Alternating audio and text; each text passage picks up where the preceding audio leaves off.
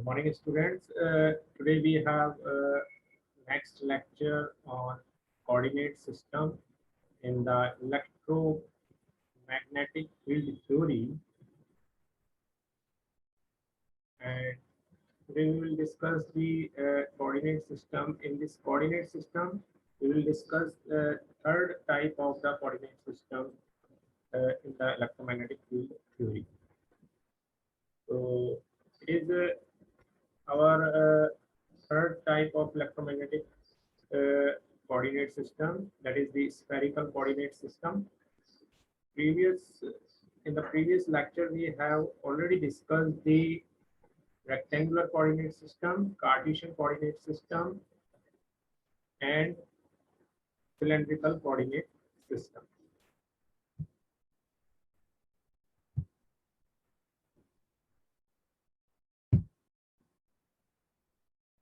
The main content of this lecture is about the coordinate system, then spherical coordinate system, and cylindrical coordinate system.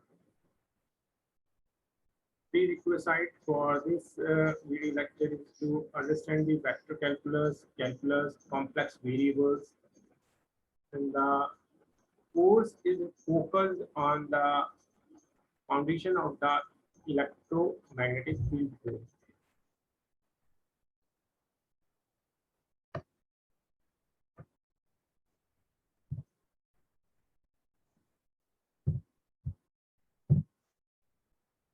Learning objective of this lecture is to, after completion of this lecture, student will gain to understanding the coordinate system, that is the next spherical coordinate system, calculate the distance between the any 2 points in the spherical coordinate system or the cone.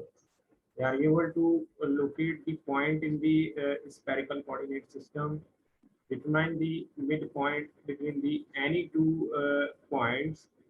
Student will also able to understand the concept of transformation from spherical coordinate system to the cylindrical coordinate system, spherical coordinate system to the Cartesian coordinate system, or Cartesian coordinate system to the spherical coordinate system, and cylindrical coordinate to the spherical coordinate system. So these type of the transformation formulas is a very much application in the designing of the coordinate system or designing of the cone. Or if the point is given in the one coordinate system, then you are able to convert this point into the another type of the coordinate system. These are the textbooks, Principle of the Electromagnetics, fourth edition by Sadiku. Other recommended books is the Electromagnetic Fields and the Waves, second edition, David T. Chang, The Fundamental of the Applied Electromagnetics, sixth edition by Fawaj P. Ulbe, Engineering Electromagnetics, second edition by Carl E. Longwin et al.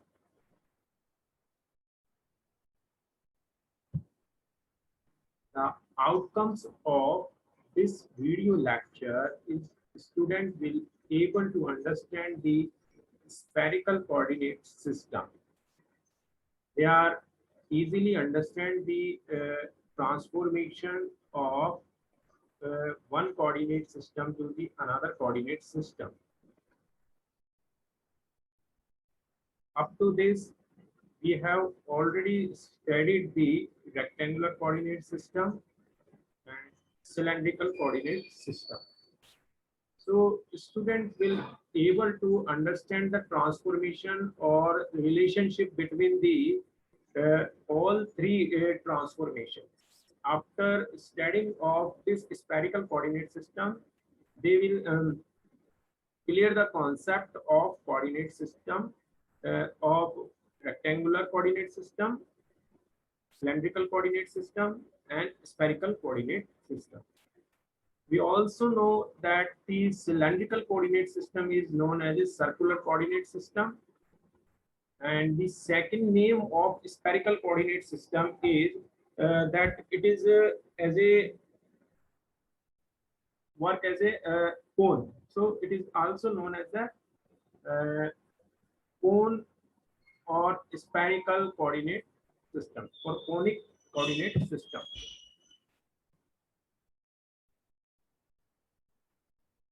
We recall that the cylindrical coordinate system again, because the it is again continuation with the of spherical coordinate system. So before going to understand the spherical coordinate system, we just recall within the 5 minutes about the cylindrical coordinate system. In the two dimension, specify a point with two scalar values, generally called the r or rho and y. Extend this to the 3 dimensions by adding a third scalar value, that is z. This method for identifying the position of point is referred to as cylindrical coordinate system. The cylindrical coordinate system is also defined by 3 mutual orthogonal surfaces. They are a cylindrical or 2 planes. One of the planes is the same as the z constant plane in the Cartesian coordinate system. The second plane is orthogonal to the z constant plane and hence contains the z axis. It is the z axis and the plane in the z plane. That is, the equation of this plane is z equal to the 0. It makes an angle with the xz direction. This plane is defined by the phi constant. The third one is a cylinder whose axis is the z axis and has a radius rho or r is constant from the z axis. So a point in the cylindrical coordinate is defined by the r, phi, z. The limits for the coordinates are, the r is vary from 0 to 1 or infinite, and pi is vary from 0 to 2 pi, and minus infinite to infinite, that is z is vary from minus infinite to infinite. So this is the lower and upper limit of the points in the cylindrical coordinate system. The physical significance of each parameter of cylindrical coordinate system is defined as that the r is the distance from the z axis in the cylinder, and it's vary from 0 to infinite, or sometimes if we are using a unity radius, then r is vary from 0 to 1 or 1. The value of the phi indicates the rotation angle around the z axis. So the value of the phi is vary from 0 to 2 pi, precisely the same as the angle phi used in the spherical coordinate system. Next value is the z, indicates the distance of the point from xy plane. That is, the equation for xy plane is z equal to the 0 minus infinite to infinite, and precisely the same as the coordinate z used in the Cartesian coordinate system. So the value of the z is vary from minus infinite to infinite. Once all 3 values are specified, the position of a point is uniquely identified. If we are define the values of r, phi, z, then the point in the cylinder is easily identified, and the value of this point is defined by r, phi, z. Now we have the spherical coordinate system.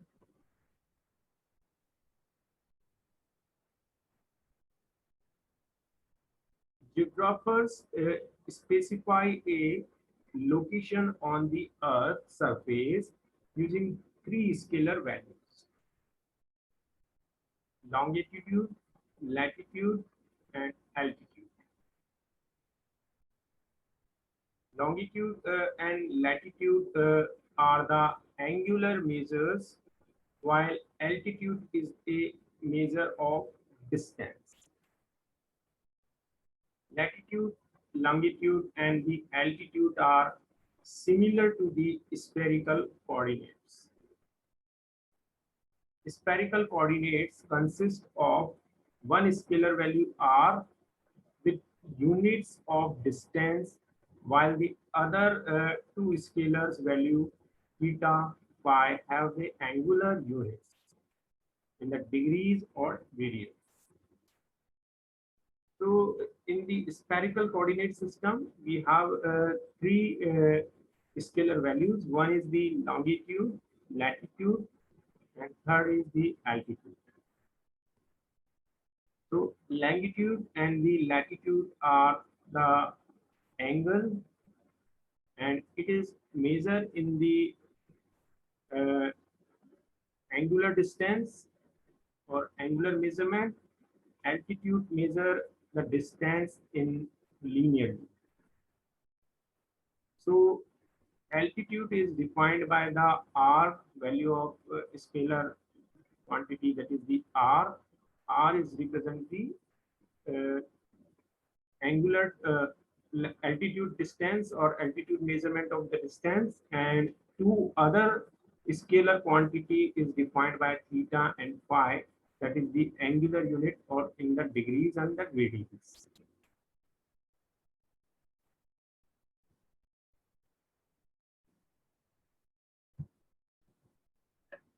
It defined by the two surfaces and the one plane.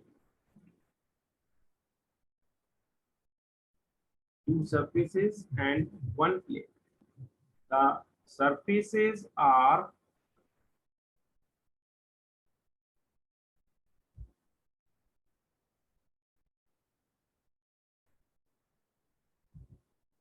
a sphere and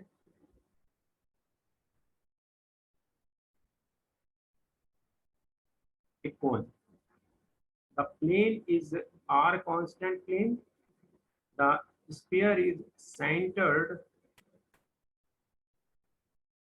at the origin and has a radius r constant. The cone has its vertex at the origin and its surface is symmetrical about the z-axis, so that the angle which the conical surface makes with the z-axis is constant.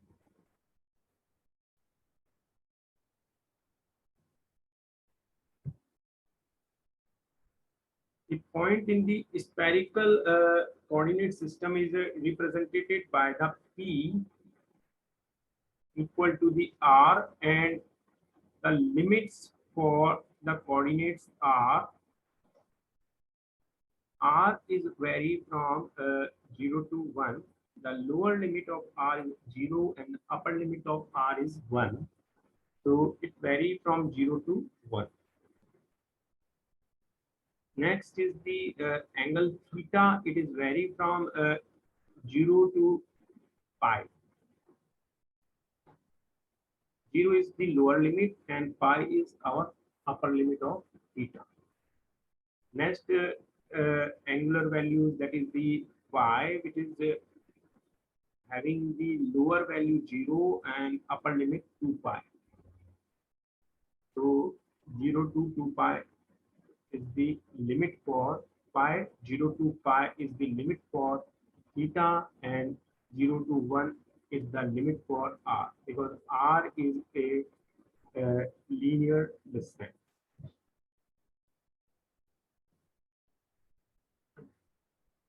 The spherical coordinates r lies from 0 to 1 or 0 to infinite expresses the distance of the point from the origin that is the similar to altitude. It measures the distance from the axis or origin from the z-axis. The angle 0 is lie from 0 to pi. Theta is lie from 0 to pi. Represents the angle formed with the z-axis. So the angle formed by z-axis, that is the similar to the latitude. The angle phi is lie from the 0 to 2 pi, represents the rotation angle around the z-axis. Is represent the rotation angle of around the z-axis. Precisely the same as the cylindrical coordinate. Phi is the similar to the longitude. It represents the rotation angle.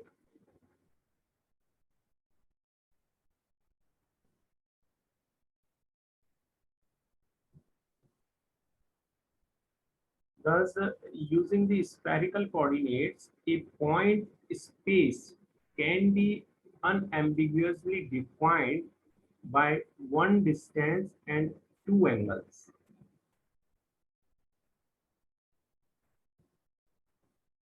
The surface which are used to define the spherical coordinate system on a three Cartesian axis are sphere of the radius r, origin as the center of the sphere,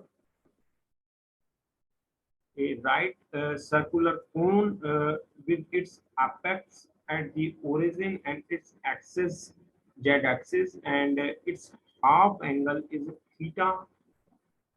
It rotates above the z-axis and theta varies from 0 to 180 degrees.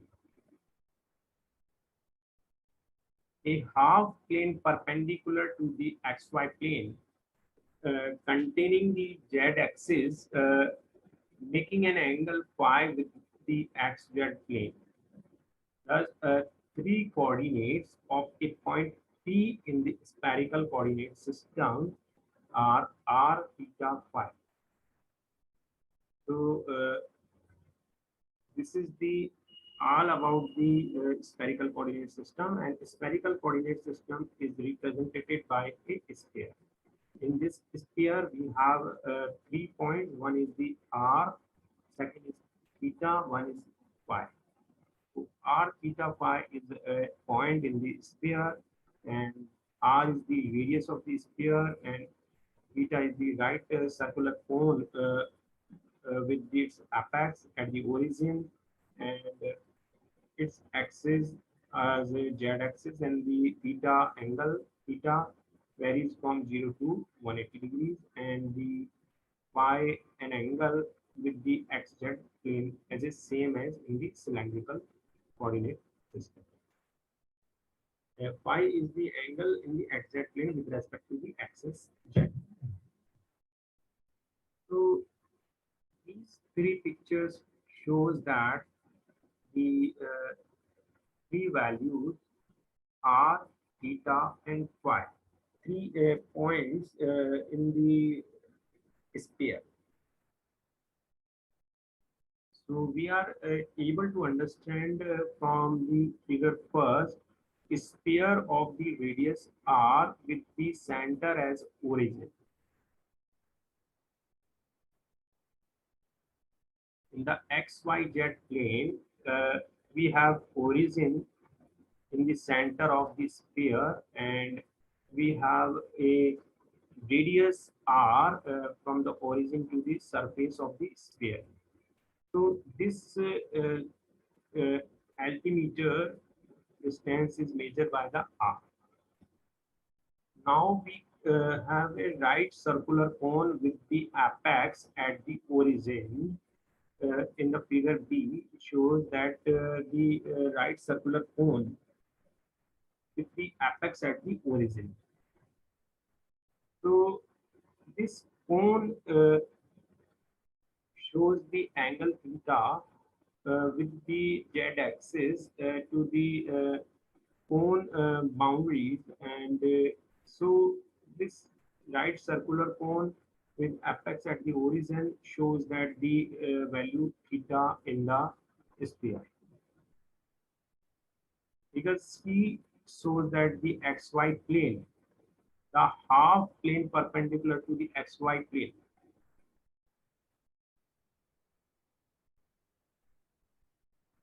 it is the angle phi.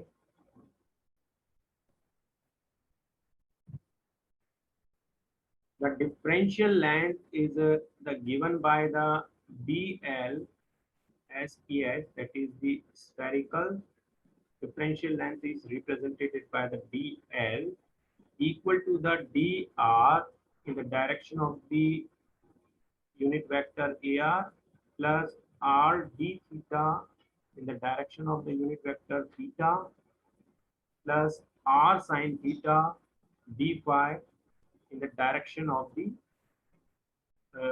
a phi, the direction of the unit vector phi. So this equation is represent the differential length of the sphere or spherical coordinate system, where dr is the differential length in the r direction, r d theta shows the differential length in the theta direction, r sine theta d phi is the differential length in the phi direction. So these three component is consist and make the differential length of spherical coordinate system.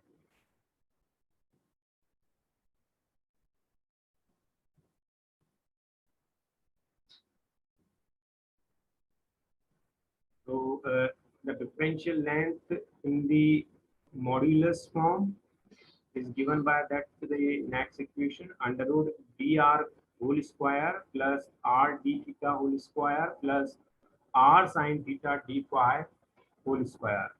And this is the equation or the form of the unit length in the form of modulus.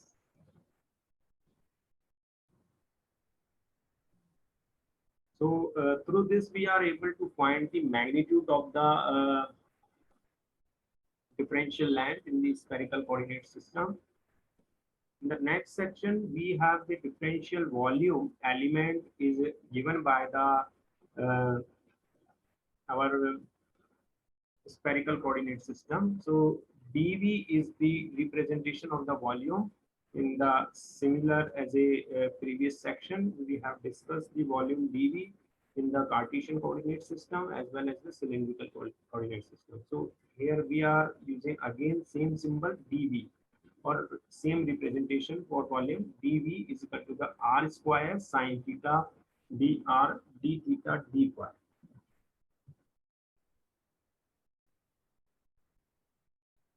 Now we have a differential vector surface area normal to the r direction, that is the dsr. Surface area is represented by the s and it is represented r square sine theta d theta y d phi. ds theta, that is the differential vector surface area normal to the theta direction. This is equal to the r sine theta dr d phi, and ds phi equal to the differential vector surface area normal to the phi direction, and it is represented by that r dr d phi, r dr d theta.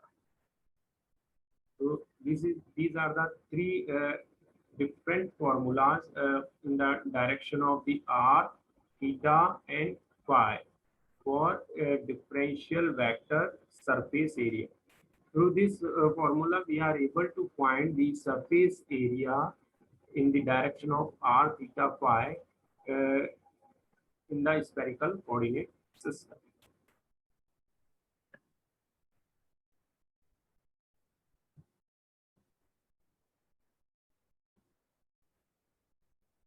This is the representation of the volume in the sphere we have cut a piece or a rectangular three-dimensional piece in the sphere. So we are able to find the volume at the P, that is the dr r d theta r sine phi d phi.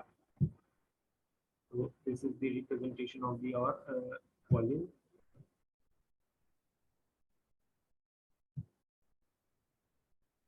This is representation of the our uh, differential area in the unit normal vector, that is the r, theta, and phi. So we are able to find the XYZ direction. In the XYZ direction, differential area, that is DSR, in the direction of normal vector AR, it is the multiplication of the r d theta into r sine theta d phi. Second, in the case of the normal vector theta, we have the value of ds theta is equal to the dr into r sine theta d phi. In the case of the phi direction, normal vector phi direction, we are able to find the uh, um, differential area, that is the r d theta dr.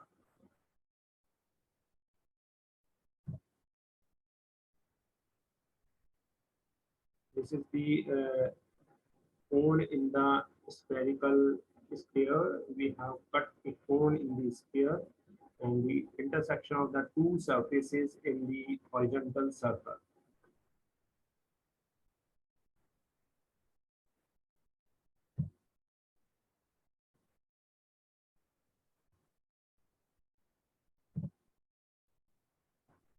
So this is the differential length, area, and volume representation, spherical volume and area element representation. Individual element is represented by the figure given in this. We are able to find the volume, differential length, and the differential area in the case of the spherical coordinate system.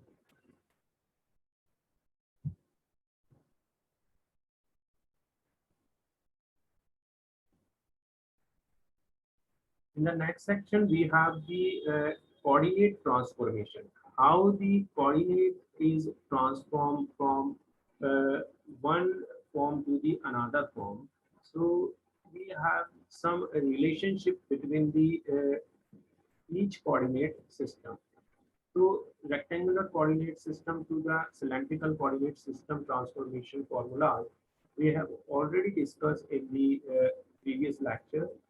And today we will going to discuss some other relationship of the coordinate transformation. The location of a point or the description of the some scalar quantity field in terms of the Cartesian coordinates. Example T x y z. T is the any point in the Cartesian coordinate system. So this point is converted into the cylindrical as well as the spherical coordinate system. So we decide to express this point or this scalar field in terms of the cylindrical and spherical coordinate system. So we have different formulas or transformation technique or different relationship between the Cartesian to the cylindrical or Cartesian to the spherical coordinates.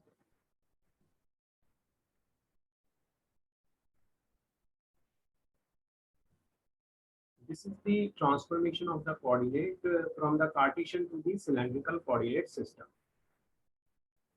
If a vector is expressed in the Cartesian coordinate system as a equal to the ax in the unit direction ax plus ay in the unit vector direction ay plus az in the unit vector direction, that is the az. So this vector is represented in the spherical coordinate system as well as in the cylindrical coordinate. So first we are going to express the Cartesian to the cylindrical coordinate system. So x is converted into the r cos phi, and y is converted through the r sin phi, and z is the same as in the Cartesian as well as cylindrical coordinates.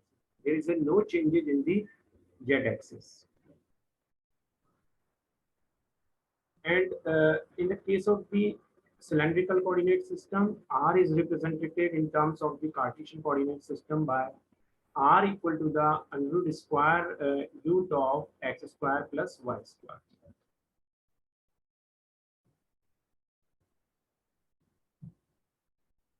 The bandwidth for the PAL system is the 7 megahertz.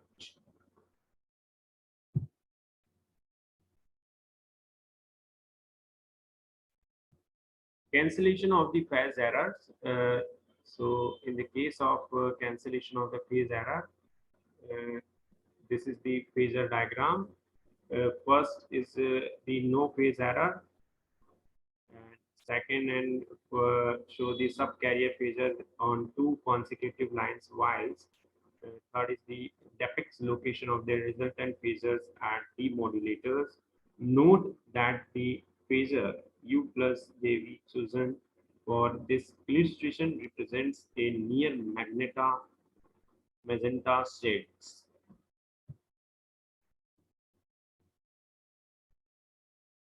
This is the figure B, cancellation of the phase errors.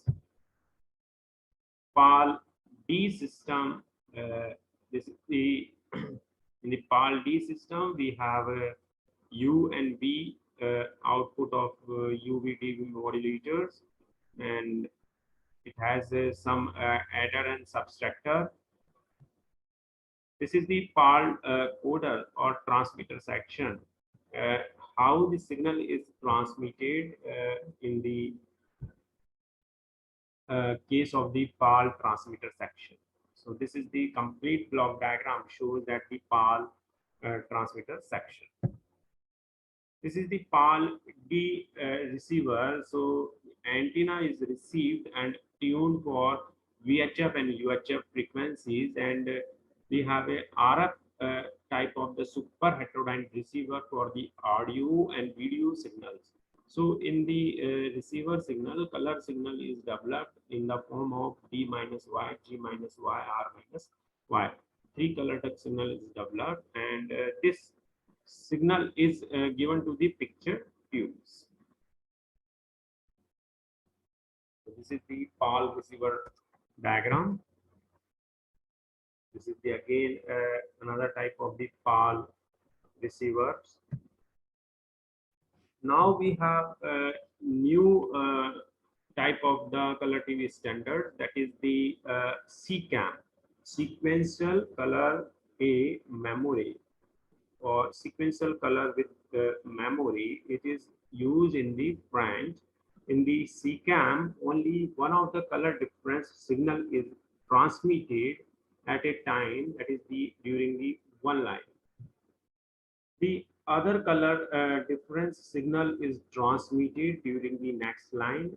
Because of the odd number of the lines per picture, if another line carries, that is R minus Y signal during the one picture, it will carry the B minus Y signal during the scanning of the following picture.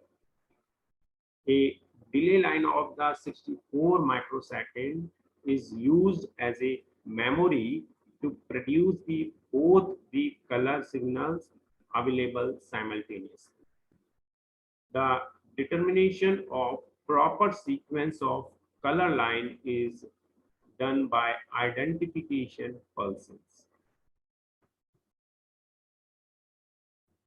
SECAM third, the one variant of the SECAM commonly used, that is uses the 625 lines 50 pins with the channel bandwidth of the 8 megahertz.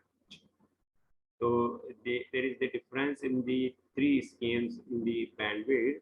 In the NTSC we used 6 megahertz, in the PAL we used 7 megahertz, and SECAM used 8 megahertz channel bandwidth.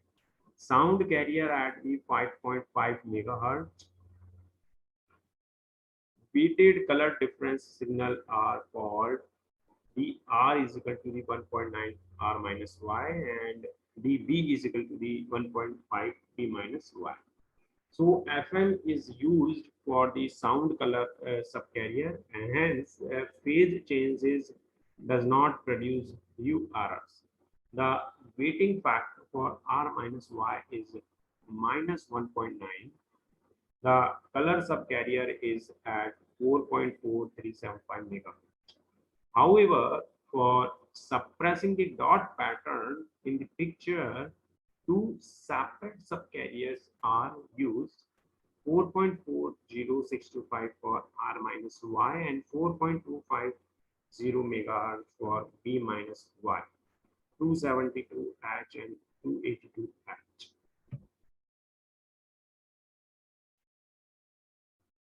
In the next, we have a color difference signal, that is the bandwidth is the color difference signal bandwidth is 1.5 megahertz. The pre-emphasize is used before the FM. A second level of the pre-emphasis is done known as the high frequency pre-emphasize. This increases the amplitude of the signal and improves the signal to noise ratio. Switching between DR and DB take place during the line synchronization. Pulse and line identification signals are used to identify and proper switching of the color lines. This is the CCAM order or transmitter section, how the signal is processed and transmitted through the CCAM order and transmitter section. So through this block diagram, we are able to understand the concept of transmitter. This is the CCAM decoder. Here the signal is decoded from the antenna and composite video signal is received by antenna and is decoded, and the Y signal and DR and DB signal is produced by the circuitry, and finally the amplifier and matrix signal is the VR, VG and VB, which is applied to the picture tubes. Now we have the advantages of CCAM.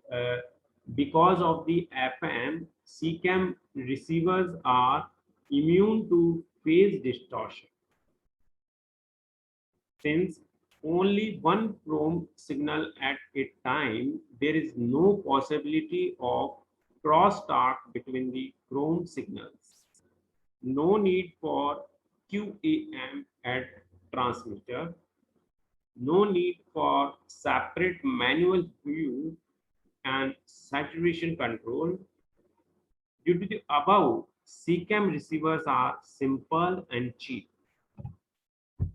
Now we have some disadvantages for the CCAM scheme. The vertical resolution is inferior because one line signal combines with the other to retrieve the color. Luminance is represented by the amplitude of a signal and saturation by frequency deviation. In case of signal fade out, their luminance may be attenuated, but chrome not affected. This may make color more saturated during the fade out. Digitizing CCAM is difficult since only one color difference signal is available at a time.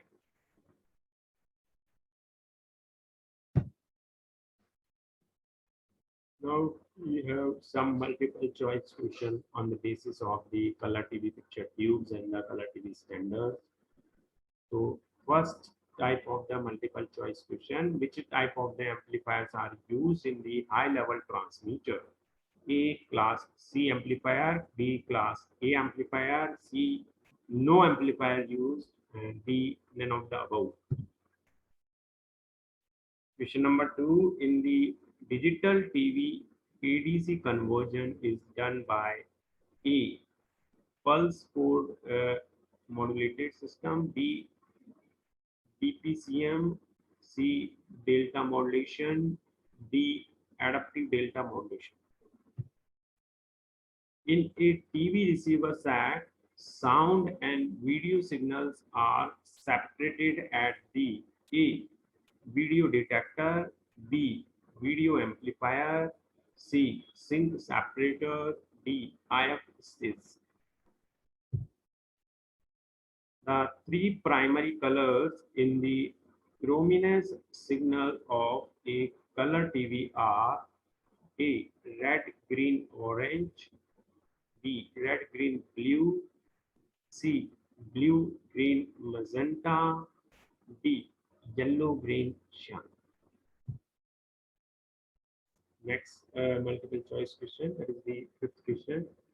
A television system having the that is the n is equal to the 525 and p is equal to the 25 frames per second has a horizontal sync frequency of A 50, B 15,625, C 625, D 525.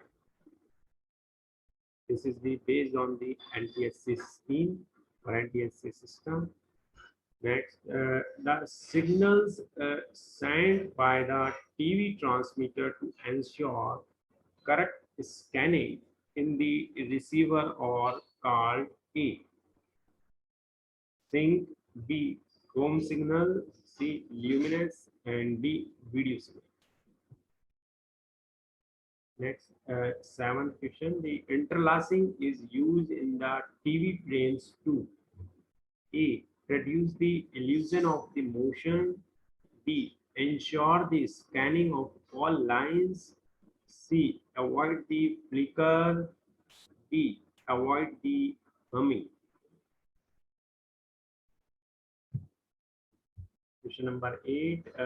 The separation of the sound and the picture carriers in our TV system is in the megahertz, that is the A is equal to the 5.5 megahertz, B 4.5, C 6, and D 5.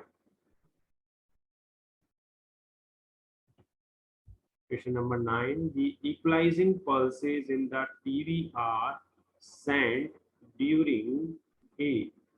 Horizontal blanking, B. Vertical blanking, C. Horizontal retrace, D. Flickering.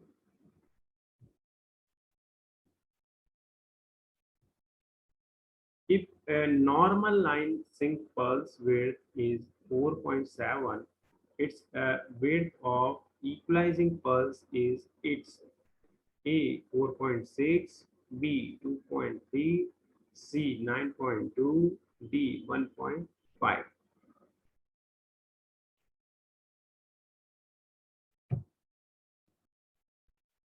So the conclusion of today's video lecture is that today we have discussed the important part of TV receiver system. So the picture tubes is the very much important part of TV receiver system. This picture tube is convert the electrical voltage signal into the image. So in this video lecture, we have discussed three types of the picture tube. That is the delta gun, phase in line, and one more trinitron picture tubes.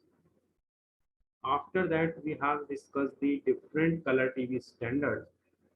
In this different color TV standard, we have discussed the NTSC scheme or PAL phase alternating line and SECAM sequential color memory.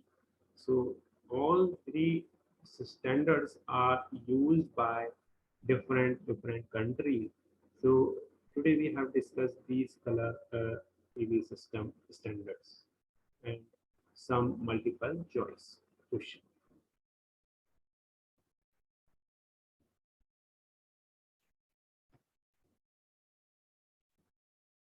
So our main objective of this video lecture is fulfill that the student will understand the picture tube and color TV picture tubes, and they will understand the concept and construction of the color tube picture tubes.